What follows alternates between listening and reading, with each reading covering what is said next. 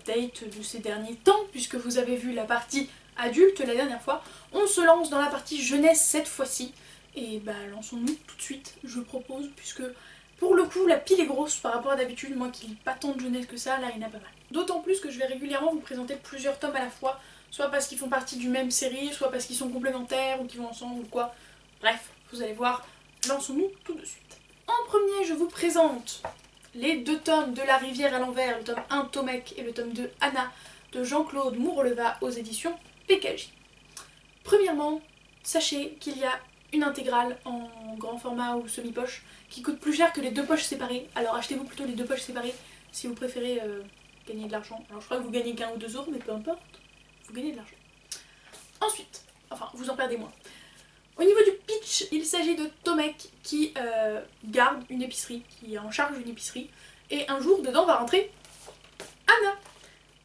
Et il va tomber fou amoureux d'Anna, et du coup il va apprendre que Anna est dans une quête et il va vouloir la suivre. Et voilà, et c'est trop mignon. Je pense que ouais, c'est des pré-ados, c'est-à-dire que lui il a 13 ans et Anna doit avoir à peine plus ou à peine moins, je sais plus. Et c'est trop bien, et je conseille vivement à tous les jeunes qui pourraient potentiellement regarder cette vidéo de lire La Rivière à l'envers. Moi je pense que je vais la mettre en accès dans la classe parce que ça m'a vraiment beaucoup plu. Après pas sûr que je mette ces versions là parce que j'aimerais bien garder mes versions propres, clean et nettes, mais je pense qu'un jour je les rachèterai pour les mettre dans ma classe. C'était vraiment super cool, original, on croise pas ça partout. C'est du fantastique. Je sais pas si c'est du fantastique ou de la fantasy en fait. Fantasy peut-être plus. Bref, je sais pas trop. Et c'est génial. Donc le tome 1 du point de vue de Tomek, le tome 2 du point de vue d'Anna, on pourrait se dire ça va être redondant, patati patata. Sauf qu'en fait, dans le tome d'Anna, qui est clairement un tome 2, c'est pas un tome compagnon à proprement parler, en gros, elle le raconte à Tomek justement. En mode, bah je t'ai pas raconté tout ce qui m'était arrivé avant que je vienne dans ta boutique, et tout ce qui s'est passé quand on n'était pas ensemble, du coup bah c'est l'occasion parfaite de te le raconter.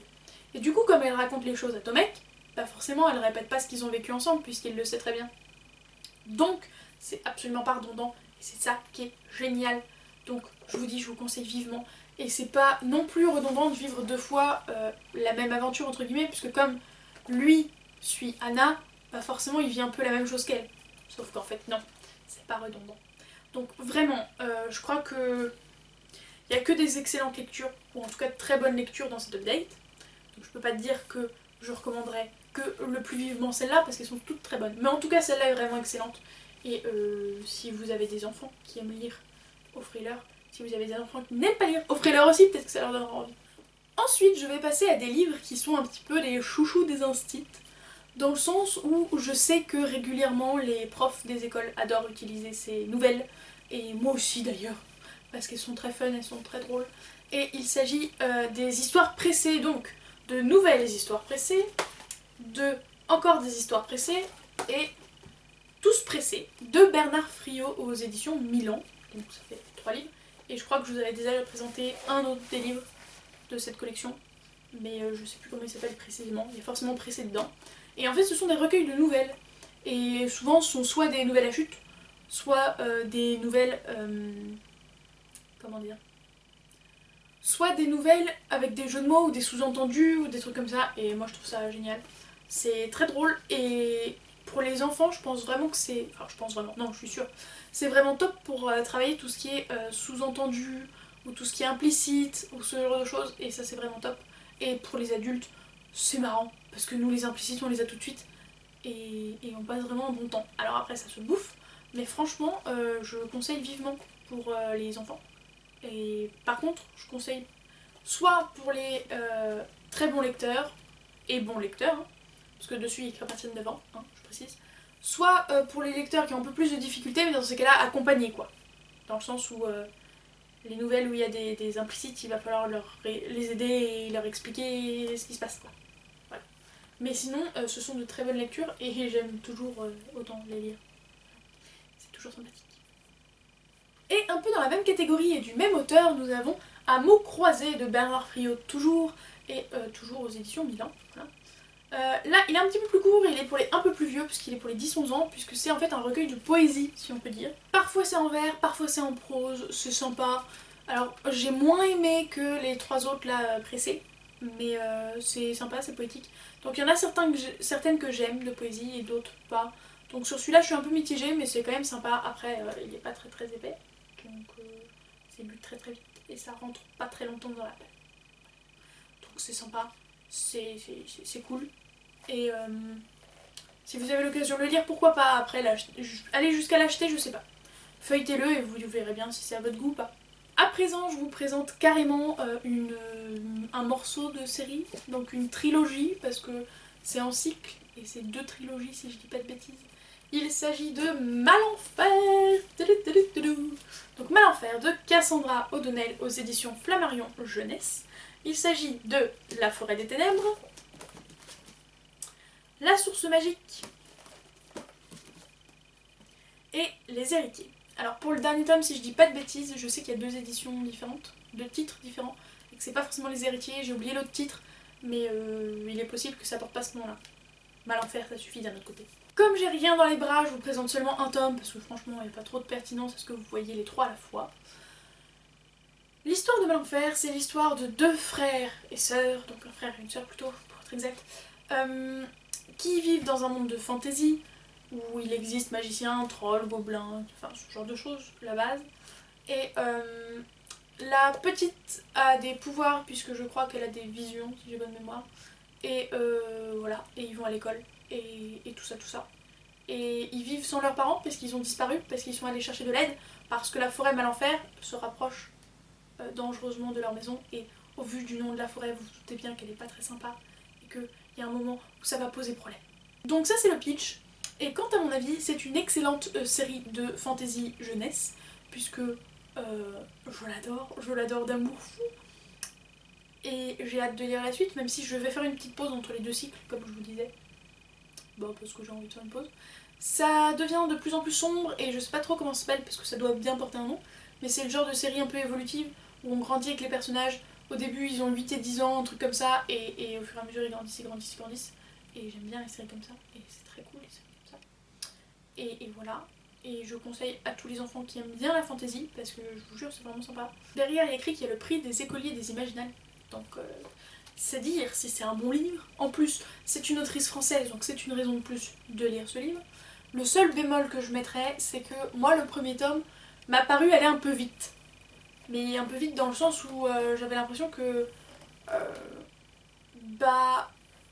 on mettait du temps avant d'arriver au gros morceau de fin, j'allais dire un truc spoilant, au gros morceau de fin, et en fait, une fois que le gros morceau de fin est fini, on est en mode ah, c'est tout? Ah. C'est un peu le début, ça fait pas préquel non plus, mais on sent que c'est la mise en place des choses, quoi. Donc ça a été pas assez, d'où le fait que j'ai acheté la suite, qui m'a beaucoup plu. C'est donc recommandé. Je vous présente maintenant un premier tome de série jeunesse là aussi, puisqu'il s'agit de L'Auberge entre les mondes, Péril en cuisine de Jean-Luc Marcastel aux éditions Françoisir. Je crois que c'est aussi aux éditions Flammarion, sinon, mais je suis pas sûre donc je vais pas m'avancer trop. En ce qui concerne le pitch, j'ai adoré le pitch. Ce livre est génial. On va suivre Nathan qui est apprenti cuisinier et il va se rendre compte que l'auberge dans laquelle il bosse elle est un petit peu bizarre. Et il va se rendre compte qu'en fait c'est pas une auberge n'importe... Enfin, c'est pas une auberge comme les autres en fait. Donc c'est trop cool. C'était trop bien. Les personnages sont géniaux, originaux, géniaux, fantastiques. Je suis en adoration devant les personnages. L'univers est génial, c'est magnifiquement bien décrit parce que je visualise encore les choses, les événements, comment ça s'est passé et tout. Donc je vous conseille super vivement cette lecture. J'ai hâte de lire la suite, je sais qu'elle est sortie mais je sais pas si elle est sortie chez Françoisir, donc pour moi ça devrait attendre en tout cas. J'ai beaucoup aimé. La seule chose c'est qu'au début j'ai eu du mal à me mettre à l'écriture de Jean-Luc Marcastel. Donc je sais pas si c'est une question d'habitude ou si ça va être ça, ou si c'est juste bonne fois pour toutes fallait s'y faire, ou voilà, ou si à chaque début du bouquin je vais avoir du mal. Je verrai bien, j'espère pas. Mais au final ça m'a beaucoup plu. Du coup, si c'est pour un adulte, foncez. Enfin, si vous n'avez pas de problème avec la jeunesse. Si c'est pour un enfant, vérifiez qu'il accroche au style, quoi. Parce que moi, j'ai pas... Enfin, j'ai eu du mal, quoi, je vous l'ai dit. Donc, autant vérifier que les enfants s'y mettent bien. Mais c'est une recommandation chaude, vous voyez. Il faut y aller, il faut foncer. Comme c'est pas que chez France Loisirs, vous n'avez pas d'autre excuse que j'ai pas de sous. C'est la seule excuse valable, sinon il faut l'acheter. Avant-dernier livre que je présente dans ce... j'allais dire ce book haul. Bien sûr, Laurine et moi on a des problèmes avec les book hauls. Dans cette update lecture, il s'agit des Gardiens de l'Océan d'Irène Salvador aux éditions Michel Lafon. Comment vous dire que j'ai absolument pas aimé ce livre? Alors ce livre est tout petit, donc comme je le disais la dernière fois, il faisait partie de la première session du challenge au cacao, c'est-à-dire les lectures de moins de 300 pages. Je m'attendais à le siffler de fou, au final je me suis bien ennuyée. L'histoire de base, c'est celui d'un jeune garçon qui va apprendre qu'il fait partie des groupes, du groupe des Gardiens de l'Océan et qu'il n'est pas humain. Et je vais pas en dire plus parce que tout est dans Gardiens de l'Océan. Tout va trop vite. En fait, dites-vous qu'on suit le gamin genre de ses 12 ans à ses 25 ans peut-être, 24, un truc dans ces environs-là, et le truc fait 200 pages quoi. Ça va à une vitesse absolue, il y a des trucs genre... on aurait voulu savoir ce qui se passe. Genre, imaginez, c'est pas exactement ça, mais c'est un peu l'idée, il y a un rituel, et on dit que pour chaque personne le rituel est différent, et qu'il doit rester secret juste de la personne qui vit le rituel parce que personne d'autre n'est au courant. Bah nous on suit le héros, on s'attend nous de l'extérieur à quand même savoir ce qui se passe dans ce rituel.